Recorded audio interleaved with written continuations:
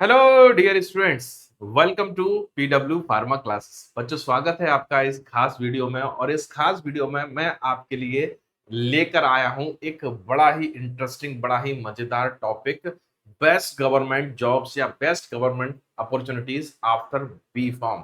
Yes, B pharm करने के बाद आपके पास क्या क्या अपॉर्चुनिटीज रहने वाली हैं। तो एक सिंपल सी चीज है, जैसे कि आप लोगों में से कई जो वीडियो देख रहे होंगे वो हो सकता है कि बी फॉर्म में एडमिशन लेने का मन बना रहे होगे, या फिर एडमिशन ले चुके होगे, या फिर किसी सेमेस्टर में होगे आप, या फोर्थ आपका fourth semester, six semester, eight semester या सेकंड सेमेस्टर, कोई सेमेस्टर में भी हो सकते हो और आपने सेमेस्टर पार भी कर लिया हो, मतलब आपका बी फॉर्म कंप्लीट भी कर लिया हो। तो हमारे पास एक सबसे बड़ी चीज ये आती है कि इसको कर लेने से हमारा क्या भविष्य बन जाएगा, क्या इसमें फ्यूचर है, क्या हम यहाँ पर किसी टाइप की जॉब अपॉर्चुनिटी ग्रैब कर सकते हैं। तो दोस्तों, ये वीडियो उन सभी बच्चों के लिए इंपॉर्टेंट होने वाला है जो कि बी फॉर्म कर चुके हैं या बी फॉर्म कर रहे हैं या करने वाले हैं। तो दोस्तों, वीडियो के लास्ट तक रहिएगा, क्योंकि इसमें बहुत सारी ऐसी इंफॉर्मेशन आपको मिलेगी जो अभी तक पता नहीं होगी। क्योंकि आप लोगों ने सिंपली एक दो गवर्नमेंट जॉब्स के बारे में सुना होगा, लेकिन यहाँ पर पूरा लेखा जोखा होगा जो कि फ्यूचर में आप क्या क्या अचीव कर सकते हो इस फील्ड में। तो चलिए शुरुआत करते हैं यहां से। तो चलिए, सबसे बड़ा बड़ा क्वेश्चन कि why choose government jobs after B pharm, क्यों चूज करना है, ये सबसे बड़ा क्वेश्चन है। गवर्नमेंट जॉब तो दिमाग में आता है, गवर्नमेंट जॉब मतलब जॉब सिक्योरिटीज, पैसा भी अच्छा मिलेगा और भी कई सारी चीजें हैं। तो यहाँ पर गवर्नमेंट जॉब की बात करूंगा, इस पे गवर्नमेंट जॉब क्यों जरूरी है, क्या कारण है। लेकिन यहाँ पर एक इंपॉर्टेंट चीज बताना चाहता हूं कि आप बीफॉर्म करने के बाद एक रजिस्टर्ड फार्मासिस्ट बन जाओगे, और वहां पर आपकी रिस्पॉन्सिबिलिटी कई सेक्टर्स में होती है। मान के चलिए आपने आज सपोज दैट आपके पास बी फॉर्म की डिग्री मिली, उसके बाद आपको अप्लाई कर देना है आपके रिस्पेक्टिव जो भी आपका स्टेट काउंसिल है, फार्मेसी काउंसिल है, वहां पर आपको अप्लाई कर देना है एक रजिस्ट्रेशन नंबर के लिए। उस रजिस्ट्रेशन नंबर के मिलने के बाद ही आप रजिस्टर्ड फार्मासिस्ट कहलाएंगे। और यहाँ पर हेल्थ केयर सेक्टर में, इंडस्ट्रीज में और साथ ही साथ दूसरी जगह पर ढेर सारी अपॉर्चुनिटीज आपका इंतजार कर रही हैं। कुछ लोग बोलेंगे, बोला सर ऐसा तो होता ही नहीं है, आप तो ऐसे ही कहते रहते हो। कोशिश करो, ट्राई करो, ढूंढना पड़ता है। क्योंकि देखिए, मैं आपको क्लियर बात बता दूं कि हमारा जो कंट्री है, सबसे ज्यादा पॉपुलेशन है, सबसे ज्यादा यंग पर्सन्स हैं। और उनमें भी अगर बात करें तो बहुत से फार्मेसी स्टूडेंट्स निकलते हैं, फार्मा एस्पिरेंट्स कह सकता हूं मैं इनको। तो यहां पर क्या होता है कि जॉब की अपॉर्चुनिटी उस प्रपोर्शन में कम है थोड़ा सा। अगर ये मान के चले, देखिए अगर गवर्नमेंट जॉब के बारे में बात करें, लेकिन क्या होता है कि इस चीज को सोच कर कि हम तैयारी करना बंद कर दें, प्रयास करना बंद कर दे, तो वो गलत है। सबसे बड़ी चीज तो अवेयरनेस की प्रॉब्लम है कि अवेयरनेस हमारे अंदर नहीं है कि क्या क्या जॉब अपॉर्चुनिटीज हो सकती हैं। वो इस वीडियो को देखने के बाद आप लोगों के दिमाग से बिल्कुल क्लियर ये बात निकल जाएगी कि बी फॉर्म करने के बाद कोई जॉब नहीं है, बी फॉर्म करने के बाद कई सारे स्कोप्स हैं। आज उन्हीं स्कोप्स पर, उन्हीं जॉब अपॉर्चुनिटीज पर मैं आज बात करूंगा। तो चलिए, डिफरेंट फील्ड्स में, हेल्थ केयर सेक्टर में साइंटिस्ट, रेगुलेटरीज अफेयर, कब तमाम जगह वैकेंसीज आप लोगों का इंतजार कर रही हैं। बस फर्क ये है कि आपको दस्तक देना है, और दस्तक दिया आपने, आपकी जॉब पक्का है। चलिए, तो यहां पर क्यों जरूरी है गवर्नमेंट जॉब। गवर्नमेंट जॉब के बारे में अगर बात करें तो यहां पर क्यों जरूरी है, क्या कारण है गवर्नमेंट जॉब लेने का। तो सबसे बड़ा कारण है जॉब सिक्योरिटी। आप निकाले नहीं जाओगे, आप नहीं बात, लेकिन ये गलत है। जॉब सिक्योरिटी होता है, लेकिन वहां भी परफॉर्म करना पड़ता है। ये काम चोरी नहीं चलेगी। आप सोचोगे पुराने जमाने में होता होगा ऐसा, ऐसी मिथक है कि गवर्नमेंट जॉब पाली तो बड़ी आराम कर रहे हैं, ऐसा नहीं बच्चे। काम हर जगह करना पड़ेगा, क्योंकि आपका रोल बहुत इंपॉर्टेंट है। अगर आपने ढंग से काम नहीं किया, किसी पेशेंट को गलत मेडिसिन दे दी, तो उसकी जान पर बना सकती है। तो ये कहना बिल्कुल गलत है कि यहाँ पर काम नहीं करना पड़ता, काम करना पड़ता है। जॉब सिक्योरिटी तो हर जगह है, अच्छे करने वाले प्राइवेट में भी अच्छा कर रहे हैं। टाइमली सैलरी विद पर्क्स, बिल्कुल सही है। टाइम से सैलरी आती है, प्राइवेट में भी आती है, ऐसा नहीं है गवर्नमेंट में अकेला आती है। ग्रोथ थ्रू प्रमोशन, प्रमोशन होते रहते हैं। जैसे फार्मासिस्ट आप ज्वाइन किए तो सीनियर फार्मासिस्ट, फिर फार्मेसी ऑफिसर, इस तरीके से आपको कैडर और प्रमोशन मिलते जाते हैं। आपका जो पेमेंट है वो भी बढ़ जाता है धीरे धीरे करके, आपका जो स्केल्स है वो बढ़ती चली जाती है। सोशल प्रेस्टिज, ये इंपॉर्टेंट है। लड़का की देखो गवर्नमेंट जॉब है तो एक अलग इंप्रेशन होता है। हाँ ठीक है, बिल्कुल सही बात है। गवर्नमेंट जॉब मिल जाता है तो ये लगता है कि हाँ जॉब सिक्योरिटी है इसका, तो जीवन आराम से कट जाएगा, ये रहता है। तो इसलिए थोड़ा सा सोशल प्रेस्टिज तो है यहाँ पर। और वर्क लाइफ बैलेंस यहाँ पर एक कार्य करने का, या कह सकते हैं काम करने, मैं देखिए ये नहीं बोलूंगा कि प्राइवेट यहाँ पर गड़बड़ है, वहां पर भी ऐसा रहता है, वर्क और लाइफ में बैलेंस होता है। आपका टाइम खत्म हुआ उसके बाद आप अपने घर जा सकते हैं, अपनी फैमिली के साथ टाइम स्पेंड कर सकते हैं, ऐसा नहीं है। वर्क लाइफ वहां पर भी होता है, बट ऐसा मिथक ज्यादा है। ये सारे मैं ये मानता हूं कि ये मिथक ही एक तरीके से, लेकिन हाँ सही भी है। ये मिथक है कि प्राइवेट में ये सब नहीं होता, गवर्नमेंट में अकेला होता। तो प्राइवेट में भी अब होने लगा है कई कई जगह, गवर्नमेंट में तो है ये सारी चीजें। तो चलिए, तो यहां पर अगर हम बात करें कि आपको जो किस चीज पर फोकस करना है, अगर इस टाइप की गवर्नमेंट जॉब्स या गवर्नमेंट वैकेंसीज के लिए आपको अपने आप पर प्रिपेयर करना है, तो आपने मन बना लिया, बोला कि सर मुझे तो गवर्नमेंट जॉब ही करना है, तो मुझे किस एरिया पर फोकस करना पड़ेगा। सबसे पहले तो आता है आपका एलिजिबिलिटी। एलिजिबिलिटी मैंने आपको बता दी, जहां तक जितने भी गवर्नमेंट जॉब्स निकलते हैं आपके बी फॉर्म के बेस पर, तो वहां पर आपको बी फार्मेसी आपकी कंप्लीट होना चाहिए और आपको रजिस्टर्ड फार्मासिस्ट होना चाहिए, सबसे इंपॉर्टेंट चीज। और कई जगह जब एक्सपीरियंस नीड होती है तो एक्सपीरियंस भी मैंडेटरी हो जाता है, तो आपका एक्सपीरियंस भी होना चाहिए एज पर द रिक्वायरमेंट। देखिए हर जगह नहीं है, ठीक है। दूसरी इंपॉर्टेंट चीज आपका एग्जाम पैटर्न। देखिए कई जगह कई फार्मासिस्ट वैकेंसीज के लिए एग्जाम्स होते हैं, उस एग्जाम के बाद इंटरव्यूज भी होते हैं, और फिर उसके बाद ड्रग्स इंस्पेक्टर में ऐसा अक्सर होता है कि एग्जाम के बाद जनरली इंटरव्यूज होते हैं और उसके बाद पोस्टिंग होती है। फार्मासिस्ट में तो जनरली एग्जाम होगा और उसके बाद आपको वेरिफिकेशन के बाद आपको ज्वाइनिंग दे दी जाएगी। लेकिन कई जगह कुछ फार्मासिस्ट की ऐसी वैकेंसीज भी आती हैं जो आपके बी फॉर्म की परसेंटेज के बेस पर, आपके एक्सपीरियंस के बेस पर आपको मिल जाती है। तो लेकिन यहां पर बात ये आती है कि यदि एग्जाम पैटर्न के बारे में बात करें तो एग्जाम पैटर्न आपको समझना होगा। रिटन एग्जाम है तो उसकी प्रैक्टिस करनी होगी आपको अच्छे से, मुक टेस्ट लगाने होंगे, इंटरव्यू के लिए आपको प्रिपेयर होना पड़ेगा, और फिजिकल टेस्ट अगर कई जगह होता है, जैसे आर्मी फार्मासिस्ट वगैरह जो होते हैं, मिलिट्री वाले फार्मासिस्ट होते हैं, वहां पर आपको फिजिकली भी फिट रहना है, तो वहां पर ये चीज इंपॉर्टेंट हो जाती है। सैलरी पैकेज के बारे में बात करें तो अच्छा खासा सैलरी मिलता है। अगर हम बात करें तो मिनिमम 25,000 से शुरुआत है, ये ऐसा नहीं कि जीवन भर 25, आपको प्रमोशन मिलता रहेगा, बढ़ता चला जाएगा। और कई जॉब्स में जैसे आप बात करें कि ड्रग्स इंस्पेक्टर वगैरह और जो दूसरे सीनियर जो अच्छी थोड़ी सी बड़ी कह सकते हैं कि ज्यादा रेपुटेटेड जॉब है, तो उसमें 1 लाख के अराउंड भी सैलरी मिलती है। अब यहाँ पर मैं आपको जिस चीज के लिए मैंने आपको बोला था कि मैं उस चीज पर चर्चा करूंगा, तो सबसे इंपॉर्टेंट चीज यहाँ पर मैं चर्चा करने वाला हूँ कि आपको कहाँ कहाँ अप्लाई करना है, कहाँ किस किस चीज के लिए तैयार रहना है, कैसे अप्लाई करना है वो भी बताऊंगा। आपको अवेयर रहना है। देखिए सबसे इंपॉर्टेंट चीज क्या होती है, किसी भी जॉब के लिए आप तैयारी कर रहे हो तो उसके लिए अवेयर रहना पड़ेगा कि कहाँ पर कौन सा एग्जाम आया, कहां पर कौन सी वैकेंसीज आई, तो ये इसके लिए आपको अवेयर रहना पड़ेगा। तो सबसे पहले मैं बात करूं, सबसे इंपॉर्टेंट चीज जो है, आपका सबसे रेपुटेटेड जॉब समझा जाता है वो ड्रग्स इंस्पेक्टर समझा जाता है। ठीक है, कौन सा? Drugs inspector. ड्रग्स इंस्पेक्टर की रिस्पॉन्सिबिलिटी आपको पता है, एक तरीके से अगर बोले कि एक एक डिस्ट्रिक्ट में एक ही होता है, और जितना भी ड्रग्स से रिलेटेड रेगुलेशंस है वो सब इसके अधीन ही होता है। इसके लिए बी फॉर्म, देखिए इसके लिए पीजी करना इतना जरूरी नहीं है, कई जगह पीजी के मार्क्स भी होते हैं, बट यहाँ पर अगर मिनिमम बात करें तो बी फार्म होना अनिवार्य है, रजिस्टर्ड फार्मासिस्ट होना चाहिए, और कुछ जगह जहां एक्सपीरियंस मांगा जाता है 18 मंथ का, वो मैंडेटरी। हालांकि वो रूल जो है शिथिल कर दिया गया है 18 मंथ वाला।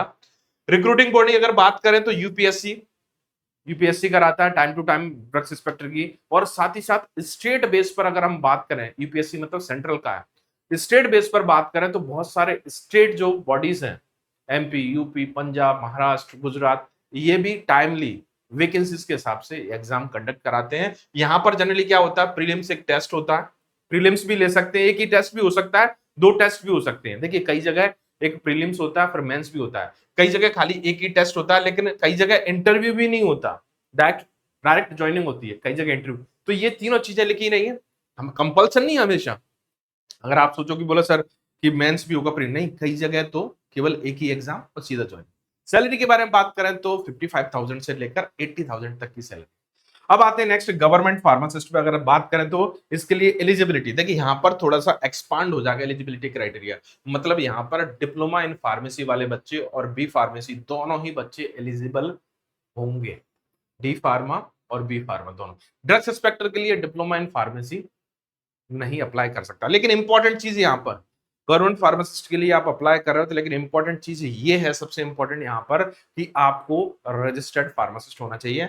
कौन कौन सी बॉडीज ये कराती हैं, जैसे ईएसआईसी, आरआरबी, एम्स, आपका सीजीएचएस, स्टेट हेल्थ पोस्ट, बहुत सारी चीजें, बहुत सारी जगह से ये वैकेंसीज आती हैं। एग्जाम पैटर्न यूजुअली कई जगह डायरेक्ट रिक्रूटमेंट भी हो जाता है, कई जगह कंप्यूटर बेस्ड, अब तो आजकल ऑनलाइन एग्जाम है तो कंप्यूटर बेस्ड टेस्ट होते हैं, और कुछ जगह इंटरव्यूज भी होते हैं। सैलरी बैंड अगर बात करें तो 30,000 से 50,000 और उससे ऊपर भी होता है कई जगह। ओके, चलिए तो अब आगे बात करते हैं, थोड़ा सा आगे बढ़ते हैं। तो जनरल बात हो गई। और क्या क्या हो सकता है, तो साइंटिफिक एनालिस्ट या साइंटिफिक ऑफिसर की वैकेंसीज भी आती है इसमें। बी फॉर्म के साथ एम फॉर्म भी मैंडेटरी होता है। एम फॉर्म होना थोड़ा सा बड़ी पोस्ट है। साइंटिस्ट या एनालिस्ट वाली पोस्ट थोड़ा सा यहाँ पर एलिजिबिलिटी क्राइटेरिया बढ़ जाता है, मतलब एम फॉर्म भी होना जरूरी है। सीडीएससीओ, एनएबीएल, आईसीएमआर, डीआरडीओ, यहाँ पर वैकेंसीज आती हैं। रिटन टेस्ट के साथ में यहाँ पर इंटरव्यू भी होता है। 50,000 से लेकर 70,000 और इससे ऊपर भी सैलरी हो सकती है। बी फॉर्म के बाद क्या हम टीचर बन सकते हैं? जी हाँ, बिल्कुल बन सकते हैं। बोला लेकिन सर इसमें एम फॉर्म जरूरी है। तो जो बच्चे टीचर बनना चाहते हैं, एटलीस्ट मतलब असिस्टेंट प्रोफेसर बनना चाहते हैं, तो उनको एम फॉर्म करना जरूरी है। तो मैं ये कहना चाहूंगा जो बच्चे बी फॉर्म के बाद जॉब अपॉर्चुनिटी के लिए ट्राई करना चाह रहे हैं कि बी फॉर्म के बाद तुरंत मिल जाए, तो वहां लेक्चरर या आपको टीचिंग नहीं मिल सकती, उसके लिए आपको एम फॉर्म करना पड़ेगा। ठीक है ना। State PSC, government pharmacy college ये निकालते हैं। पहले थोड़ा सा एक रूल आ गया था कि पीएचडी भी अनिवार्य कर दिया था असिस्टेंट प्रोफेसर के लिए, लेकिन अब वो रूल थोड़ा सा न्यूट्रलाइज कर दिया गया है। अब एम फॉर्म करने के बाद आप इसके लिए अप्लाई कर सकते हो। इसके लिए रिटन टेस्ट होगा, साथ ही साथ इंटरव्यू मैंडेटरी है।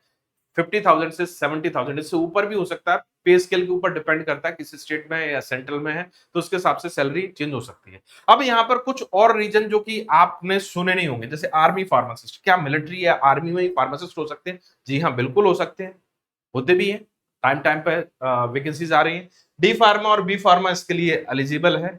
इंडियन आर्मी इसको कंडक्ट कराती है टेस्ट को। फिजिकल वेरिफिकेशन ये सबसे ज्यादा इंपॉर्टेंट है, आर्मी का रूल ही होता है। रिटन टेस्ट और मेडिकल, मेडिकल भी होता है, फिजिकल के साथ मेडिकल भी है। मेडिकल तो हालांकि सभी वैकेंसीज में होता है। 25,000 से 40,000 तक सैलरी है। ईएसआईसी फार्मासिस्ट, रेलवे फार्मासिस्ट, वही सारी चीजें। सैलरी एक सम्मानजनक सैलरी, और बॉडी ईएसआईसी फार्मासिस्ट को ईएसआईसी कराएगा और रेलवे फार्मासिस्ट को रेलवे रिक्रूटमेंट बोर्ड कराएगा।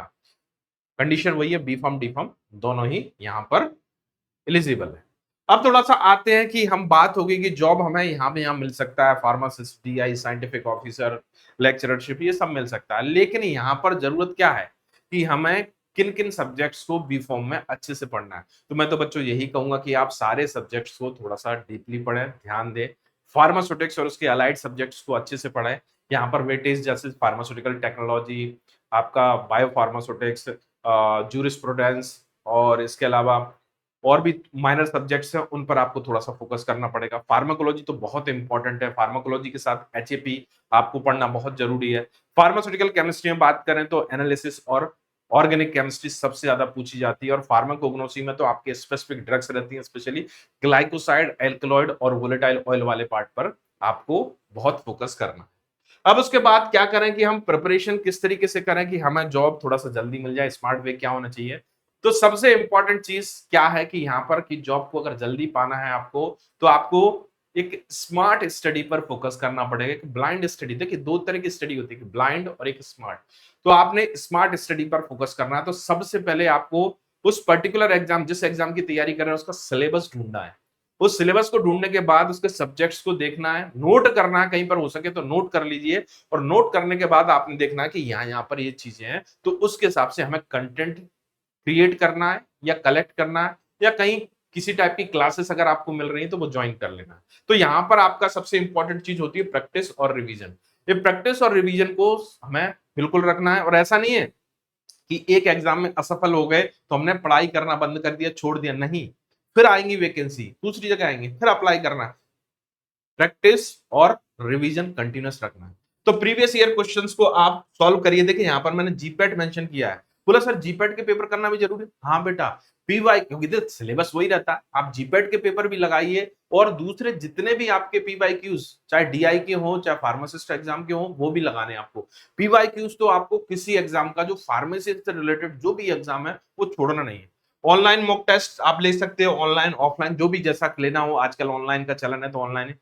अगर मान लीजिए कोई पर्टिकुलर कोई अच्छा वाला टेलीग्राम चैनल हो, कुछ फर्जी भी है, कुछ अच्छा वाला टेलीग्राम चैनल है या व्हाट्सएप ग्रुप आप ज्वाइन करिए, तो वहां पर डेली आपको आपको क्या मिलता रहेगा, अपडेट मिलता रहेगा। लेकिन ध्यान रहे, इससे डिस्ट्रैक्ट नहीं होना, क्योंकि ये सोशल मीडिया में हम व्हाट्सएप यूज किया, टेलीग्राम यूज किया, किसके लिए? इन्फॉर्मेशन के लिए, और इन्फॉर्मेशन के साथ साथ में हम दूसरे काम भी करने लगे, तो इन चीजों से बचना पड़ेगा। अगर आप एडिक्ट हो किसी तरह से किसके, सोशल मीडिया के, तो टेलीग्राम और व्हाट्सएप चैनल पर भरोसा मत करें। आप अपनी क्लास लें और कंटेंट पर, फिजिकल कंटेंट पर फोकस करें।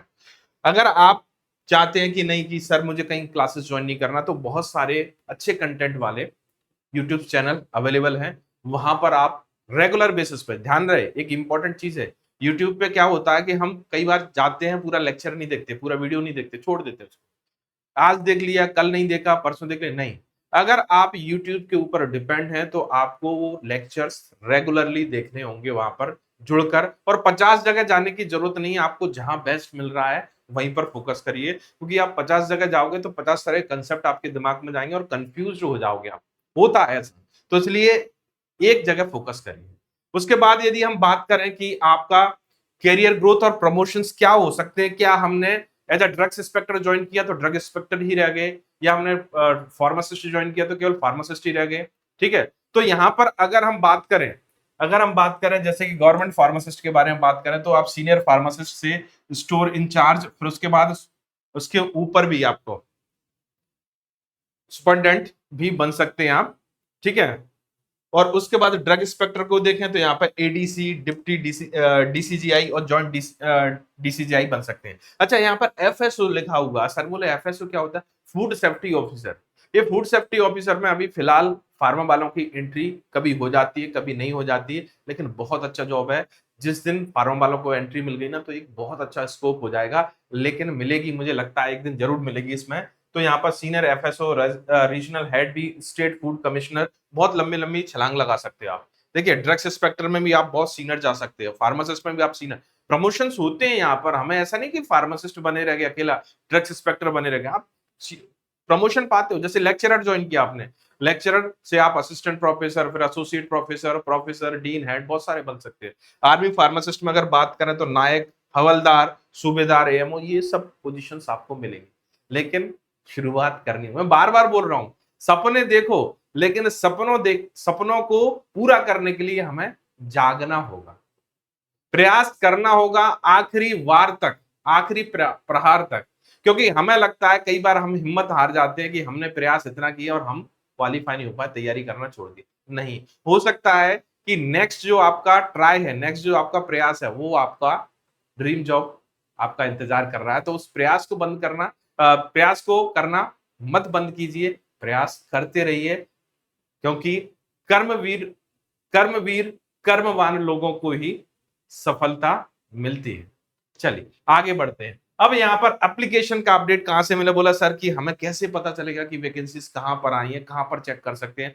तो दोस्तों टाइमली, वैसे तो आजकल सोशल मीडिया का जमाना है, आपके व्हाट्सएप ग्रुप, टेलीग्राम ग्रुप पर तुरंत स्टेटस आ जाता है, यूट्यूब पे वीडियोस आ जाते हैं, लेकिन फिर भी अगर यूपीएससी, एसएससी की और आरआरबी की वेबसाइट को कंटिन्यूअसली चेक करते रहे 2-4-6 दिन में, स्टेट पीएससी की वेबसाइट को भी चेक कर सकते हैं अपने स्टेट फार्मासिस्ट और डीआई की वैकेंसीज के लिए।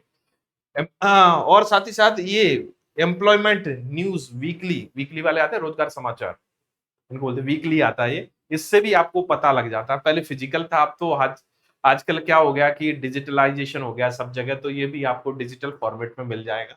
उसके बाद अगर बात करें तो फार्मासिस्ट रिक्रूटमेंट पोर्टल भी है, उस पर भी आप देख सकते हो, चेक कर सकते हो। यूट्यूब, टेलीग्राम और अलर्ट चैनल्स हैं बहुत सारे, व्हाट्सएप ग्रुप्स हैं, उन पर भी पता चल जाता है, दोस्तों से तो पता चल जाता है। लेकिन अवेयर रहना है हमें, कंटिन्यूअसली अवेयर रहना। हम तैयारी कर रहे हैं, ऐसा नहीं हो कि हम तैयारी करते रह गए और एग्जाम निकल गया, ऐसा नहीं करना। हमें कंटिन्यूअसली अवेयर भी रहना, नाक कान आंख सब खुला रखना है, सब खुला रखना है। ऐसा नहीं कि हम हम घर सोते रह गए, ट्रेन निकल गई, बोला कि मुझे जाना है और ट्रेन का पता ही नहीं, ट्रेन निकल गई। ट्रेन को निकलने नहीं देना है, याद रहे। चलिए, अब इसके बाद हमें क्या करना है, फाइनल एडवाइस मैं आपको देना चाहूंगा कि कैसे क्रैक करें आप इसको। टारगेट एग्जाम कर लें आप, फार्मासिस्ट डीआई बना लें आप कि मुझे तो यही जाना है, सर बोला फार्मासिस्ट की तैयारी करनी है, डीआई करें या दोनों की तैयारी करनी है, कोई सिलेबस सिमिलर है, तो टारगेट कर लिया अपना। ठीक है, 6 मंथ का एक फोकस्ड प्लान बनाएं और दिन में 2 से 3 घंटे, क्योंकि बच्चों क्या होता है, मैं 2 से 3 घंटे इसलिए बोल रहा हूं क्योंकि आप में से कई बच्चे जो डीआई फार्मासिस्ट की तैयारी करते हैं, कई जॉब कर रहे होते हैं या फिर पढ़ रहे होते हैं, तो इतना ही टाइम मिल पाता है। और अगर इससे ज्यादा टाइम मिल रहा है आपको, आप इन चीजों से फ्री हो, कहीं पर जॉब नहीं कर रहे हैं, सेल्फ स्टडी कर रहे हैं, घर पर रहकर स्टडी कर रहे हैं, तो जितना पढ़ सको उतना कम है। आप 10 से 15 घंटे तक भी पढ़ सकते हो, ठीक है, जितना, क्योंकि पढ़ने का ऐसा कोई नहीं होता। जैसे हम खाना कब तक खाते हैं, जब तक हमारा पेट ना भर जाए। हम फिर स्टडी के लिए ऐसा क्यों करते हैं कि हम केवल इतनी स्टडी करेंगे, 2 घंटे हो गया हमारा। आपकी भूख अगर 6 रोटी की, तो आप 6 रोटी खाते हो ना, 2 रोटी में तो आप बोलते बोलते ना कि यार 2 ही रोटी खाऊंगा, नहीं। जब खाने में हम बिल्कुल कोई कंप्रोमाइज नहीं करते, तो पढ़ाई के लिए क्यों कंप्रोमाइज करें। तो पढ़ाई भी जहां तक टाइम मिले, जब टाइम मिले, जैसे टाइम मिले, उस टाइम में पढ़ाई करना जरूरी है। उसके बाद आपको जो भी आपने तैयार कर लिया उसका कम से कम ऐसा प्लान बनाना है आपको 3 बार आपका रिवीजन हो जाए, कम से कम 3 बार, बहुत जरूरी है। रिवीजन जो है आपको परफेक्ट बनाएगा, क्योंकि एक बार पढ़ने से चीजें आपको याद नहीं रहेंगी, भूलेंगे आप बार बार। तो रिवीजन करने का सबसे परफेक्ट वे ये रहता है कि आप थ्योरीज पढ़ें और थ्योरी के तुरंत बाद एमसीक्यू सॉल्व करें। और एमसीक्यू ऐसे नहीं कि आप एमसीक्यू सॉल्व कर रहे हो और पीछे आंसर की देखते जा रहे हो, नहीं। आपने क्या करना है, जैसे फिजिकली आपको कोशिश ये करना, क्योंकि ऑनलाइन टेस्ट में थोड़ी सी प्रॉब्लम्स कई ज्यादा रहती हैं, हम एक साथ क्वेश्चंस को रिव्यू नहीं कर पाते। लेकिन यहाँ पर फिजिकल अगर आपके पास है कोई इस टाइप की बुक, तो आप पहले एक कॉपी पर अपना पूरा एक लिखते बनाते जाइए, ABCD जो भी आपको आंसर लगे वो लिखते जाइए, फिर बाद में उसको क्रॉस चेक करिए, तब उससे आपका स्कोर पता चलेगा। बहुत अच्छी चीज रहती है। मूक टेस्ट दीजिए आप, वीकली, मंथली, तो इससे आपकी गलतियों का पता लगेगा। देखिए, गलती करना एक अलग बात है, गलतियों से सीखना एक बहुत अच्छी बात। हम गलती करेंगे लेकिन गलती को सुधारेंगे भी, वो कैसे पता लगेगा, टेस्ट देंगे। टेस्ट देना बहुत जरूरी है, टेस्ट मत छोड़िएगा। आपको जब भी जैसे भी मौका मिले टेस्ट दीजिए। कुछ बच्चे क्या सोचते हैं कि टेस्ट दे लेंगे तो हमें कॉन्फिडेंस लूज हो जाएगा, नहीं। टेस्ट देना हमारे लिए हमारी गलतियों को पकड़ने का सबसे अच्छा तरीका है। हम किस चीज में कमजोर हैं, किस सब्जेक्ट में, कहां पर कौन सा कंसेप्ट गड़बड़ हो रहा है, वो टेस्ट से ही पता चलेगा। ठीक है, या फिर आप कोचिंग या ऑनलाइन बैचेस कोई चूज कर सकते हो, ऑप्शनल है, सेल्फ स्टडी कर सकते हो सेल्फ, और यहां पर ज्वाइन कर सकते हो तो यहां पर भी आप ज्वाइन कर सकते हो। ओके, चलिए, तो यहां पर कुछ और लेसर नॉन गवर्नमेंट सेक्टर्स हैं जो कि बीफॉर्म बच्चों को हायर करते हैं, मतलब बीफॉर्म कैंडिडेट्स को हायर करते हैं। Vaccine quality control labs, central government द्वारा संचालित लैब्स रहती है, यहां पर बीफॉर्म है। NABL बिस टेस्टिंग लैब है। स्टेट मेडिकल स्टोर डिपोट, ये भी यहाँ पर असिस्टेंट केमिस्ट या फार्मासिस्ट के तौर पर आप पदस्थ हो सकते हो बीफॉर्म के तुरंत बाद। इसके अलावा CGHS hospital, forensic labs, DRDO, ISRO lab, जहां पर आप रिसर्च एसोसिएट के तौर पर काम कर सकते हो, ये भी आपके लिए अच्छा जॉब हो सकता है। तो बीफॉर्म ग्रेजुएट्स ध्यान दीजिएगा, तो यहां पर आपको क्या करना है, आपको क्या करना है, right strategy plus focus study plus timely applications equal to selection success. तो यहां पर इन 3 चीजों को आपने ध्यान रख लिया, राइट स्ट्रेटजी, फोकस्ड स्ट्रेटजी और टाइमली एप्लीकेशन, तो आपको सक्सेस 100% मिलेगी, 100% सक्सेस मिलेगी। चलिए, तो इतना ही आज इसमें, इस वीडियो में इतना ही, क्योंकि जितना मुझे समझ में आया मैं आप लोगों के लिए वीडियो लेकर आया। और ये वीडियो उन बच्चों के लिए खासकर है वो जो ये कहते हैं कि बी फॉर्म करके हमने बहुत बड़ी गलती कर ली। नहीं बेटा, बी फॉर्म करके आपने अपने लिए बहुत सारी अपॉर्चुनिटीज के द्वार खोल लिए हैं। आपके लिए बहुत सारी कह सकते हैं गवर्नमेंट जॉब्स वैकेंसीज आपका इंतजार कर रही हैं। बस फर्क केवल इतना है कि आप या तो उनको देख नहीं पा रहे हैं या उनके बारे में आपको ज्ञान नहीं है। तो इस वीडियो को देखने के बाद आपके मन में ये बिल्कुल शंका खत्म हो जाएगी। तो दोस्तों, मिलते हैं हम लोग कुछ इस तरह के नए वीडियो में, तब तक के लिए मैं आपसे आज्ञा चाहूंगा। Thank you so much, take care, जय हिंद, जय भारत।